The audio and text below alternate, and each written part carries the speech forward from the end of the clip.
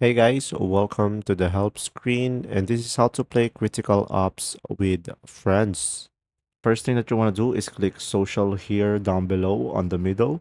And then from here, guys, you can have here the search button and search your friend in order for you to add him as a friend and just click on the add button on the side, or you can click him and you can click send a friend request. And then also guys, if you go back, you will have a clan tab, which you can create a clan with your friend in order for you to play with him. And then on the homepage guys, just click this plus button over here.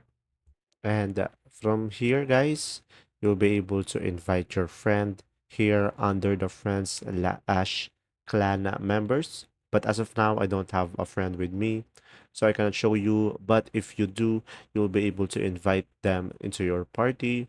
And then from there, guys, you'll be able to play together. And there you go. If this video was helpful, please like and subscribe. And thanks for watching. See ya.